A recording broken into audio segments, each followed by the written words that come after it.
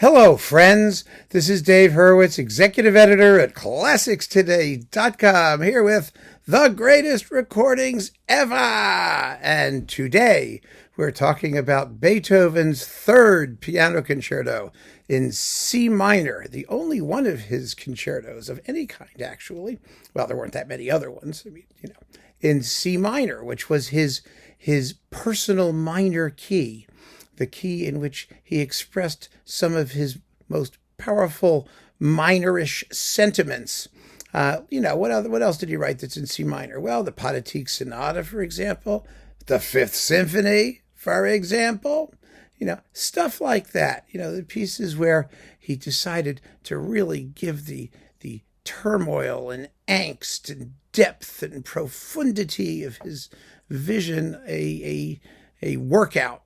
And also, actually, C minor is sort of the flip side of his most heroic key, which is E flat major, the key of the Eroica and the Emperor Concerto and all that, because when you write in C minor in the classical tonal system, you're going to have in a sonata movement your first subject in the tonic key, which is C minor, and the second subject, which is generally speaking going to be in the what they call the relative major, which is E flat, the heroic key. So that opposition of heroism and struggle is like the essence of what Beethoven's all about. And that C minor, E flat major polarity is what gives it so much potency. And it's probably the reason he liked E flat major so much also, for doing heroic stuff. The relative minor, in case you're curious about what that means, is that it's the relative major, that is it's the key which uses the exact same scale, only it starts a little bit further up, 2.5 steps up. For example, if you have a C minor scale, you starts on C, an E flat major scale obviously starts on E flat, but they're the same notes as the C minor scale. It's just because you started a little differently. The intervals of half steps and whole steps that gives you your scale creates a major scale instead of a minor scale. It's really very interesting. And so with Beethoven, you've got everything you need that's Beethovenish and one handy scale, C minor and E flat major. Anyway, I just thought you might want to know that. The bottom line is that the third piano concerto was one of Beethoven's sort of breakout pieces. It's one where he really sort of discovered himself after the more jolly, purely virtuoso pieces. And the proximate inspiration for Beethoven's C minor concerto was Mozart's, which is number 24. And if you listen to them, you can tell right away that they have a somewhat similar sounding opening. The Mozart is da da da da dum dum ba da da da dum bum da da. It's sort of a little more chromatically inflected. Beethoven's is da da da da da da dum ba bum ba bum. Right? So we've got lots of wonderful things that you can triangulate around this concerto. If you like Mozart's minor key concertos, the D minor number 20 and the C minor number 24, and the Beethoven, they form kind of a clump, which would be added to later with Brahms' first piano concerto, also in D minor. So that's their family of piano concertos. But the greatest recording ever, or one of the greatest recordings ever, I do want to say always when I do this, so I get somebody who says, well, this is the greatest recording ever, but last time you said that one was the great. No. What I said was greatest recordings ever, because there's more than one, obviously, especially when you're dealing with basic repertory stuff. And some people, in their collections want to have just the one. Well, as I've said a billion times, there is no such thing.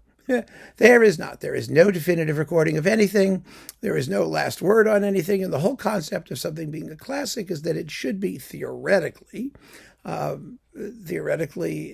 valid and legitimate to have numberless interpretations of equivalent greatness. And if that's a hard concept to wrap your brain around, well, just relax and it'll happen. It really, the more you listen, the more you realize that there's just amazing ways to do it. But anyway, in this particular case, we're talking about Rudolf Serkin and Leonard Bernstein. Yay, with the New York Philharmonic. Why? Well, first of all, Serkin, as we all know, was an amazing Beethoven pianist. And he's particularly good in this concerto and also the Emperor, I might add. He had, as people used to say, a flinty piano sonority. What is a flinty sonority? Well, it means it wasn't sensuous. He wasn't interested in gorgeousness of timbre, as, for example, Ivan Moravec was, or Claudio Rao, or other pianists who spend a great deal of time cultivating a beautiful tone. Serkin was a line guy, a linear pianist. He was interested in phrasing and shaping and getting to the what he would have thought the emotional core of things that was beyond the merely beautiful. Now, that's not to say that these other people didn't care about those things. They did, but their techniques were differently calibrated. That's all. That's what I mean when I say greatest recordings ever. Because there are many great recordings of the Third Piano Concerto, some of them by pianists who had a much more beautiful tone than Serkin did. But Serkin had the fire in his belly, the passion, and there's an element in Beethoven's music. It's just in Beethoven particularly, I wouldn't call it ugliness. It's not about ugliness, but it's a certain gaunt. You don't want to be too pretty.